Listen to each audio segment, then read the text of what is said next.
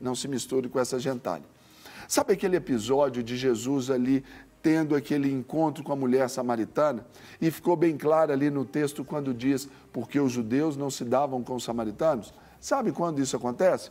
Ali aquela mulher na fonte de Jacó. Aquela mulher havia sido casada 5 vezes, ela teve 5 maridos e um que agora ela tinha não era o marido dela.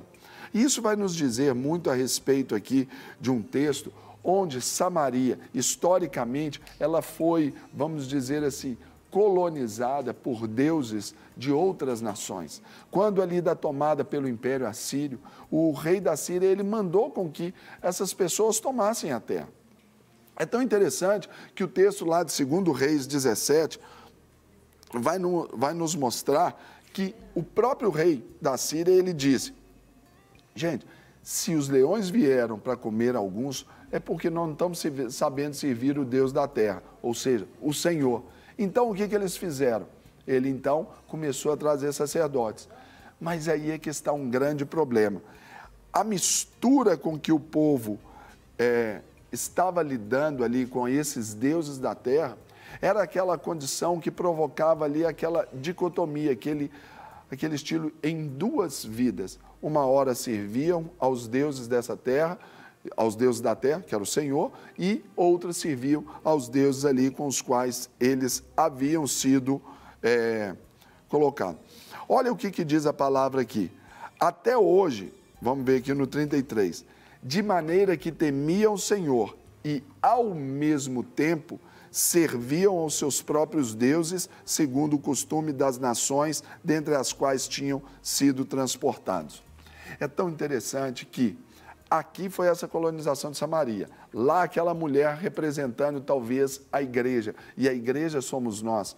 Um casamento com 5 culturas, 5 credos diferentes, 5 deuses diferentes, que foram aqui estabelecidos, ali impostos ao povo de Deus. Ou seja, gerou essa misturança toda aí com essa gentalha, não pelo nível da pessoa, mas pelo nível daqueles deuses que foram trazidos. Aqui, por exemplo, o Deus da Babilônia começava a trazer ali uma forma de culto onde interferia na espiritualidade e na sexualidade das pessoas. Às vezes a espiritualidade que às vezes nós não devemos misturar é aquela aliança que a gente faz com aquilo que a gente descredibiliza a fé. Aqui, os deuses da Babilônia vão sempre ter aquele apelo para a vida e para a área sexual. Nós vamos ver aqui também que outros deuses aqui de outras cidades, por exemplo, de Cuta, era um deus que trabalhava ali no sentido ali da opressão, ali aquele assolamento e colocava terror em cima das pessoas no sentido de estabelecer ali aquele culto bem diretivo, onde fofoca, murmuração, sempre estaria sendo estabelecido. E isso é algo destruidor, principalmente no contexto.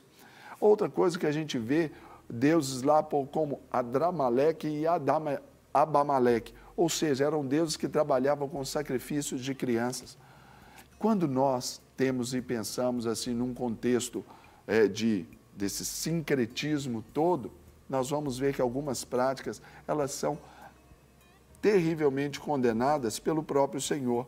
Como que a gente pode oferecer um sacrifício de uma criança a um Deus? Isso aí é algo completamente inaceitável, porque o próprio Jesus, o nosso Senhor, ele diz, olha, deixai vir a mim as criancinhas e não lhe as impeçais. Então, nós não podemos impedir.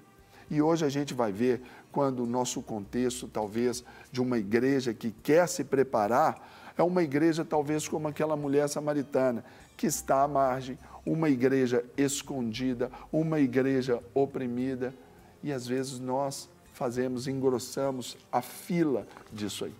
Então, pessoal, quando nós pensamos nessa mistura, Deus ele está sempre nos trazendo, nos remetendo a pensar que Ele gera para si esse povo. E Ele diz que nós somos sacerdócio real, povo de propriedade exclusiva de Deus. Ou seja, não adianta a gente pensar que todos os caminhos vão levar a Deus, porque não é. Porque o próprio Jesus diz em João 14,6 que eu sou o caminho, ele não disse um dos, a verdade, ele não disse uma das, e a vida, uma forma de vida. Não, ele diz, eu sou o caminho, a verdade e a vida.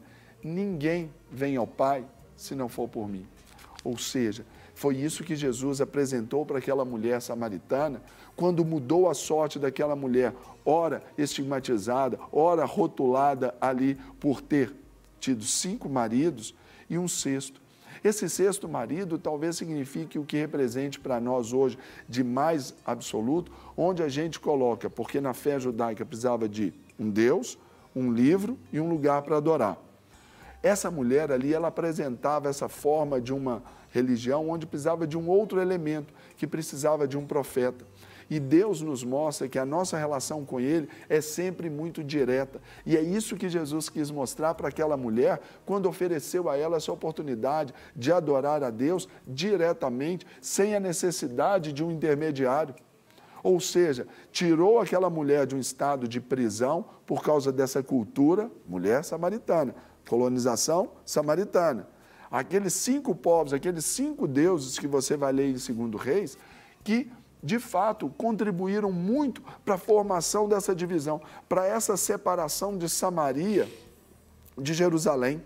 Ou seja, Deus ele quer nos unir, ainda sabendo que nós fomos ali alcançados, ali fomos formados com essas culturas pagãs. Então, aquilo que pode nos oprimir hoje, em um contexto, a gente não é que tem que tirar esse profeta. Aliás, na verdade, até tem que tirar o profeta, porque a gente já pode ir à adoração a Deus. Tanto é que ele fala no capítulo 4 de João, que Deus ele procura os seus adoradores, mas adoradores que o adorem em espírito e em verdade.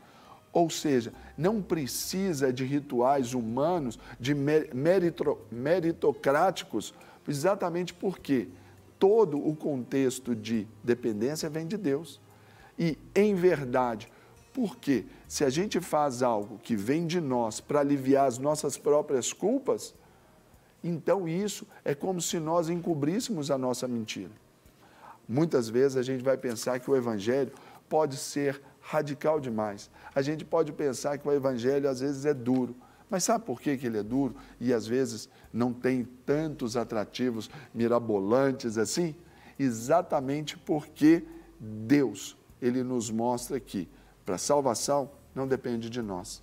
Todos esses outros deuses aqui que esse povo se casou, se aliançou, eles mostravam para o homem que dependia dele e não depende de nós.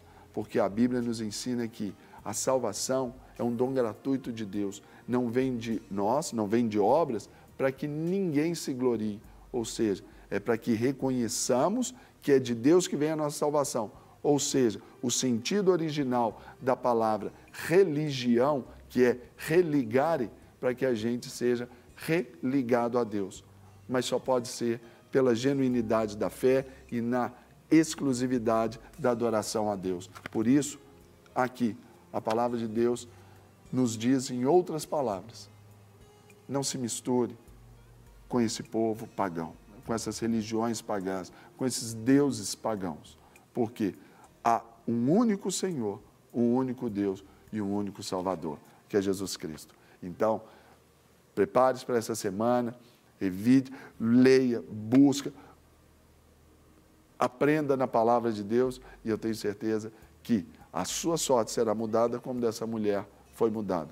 De rejeitada a aceita na cidade, de oprimida a feliz, porque ela recebeu a água da vida que o próprio Jesus deu a ela. Amém? Vamos orar então? Vamos orar mesmo? Então eu quero orar por você.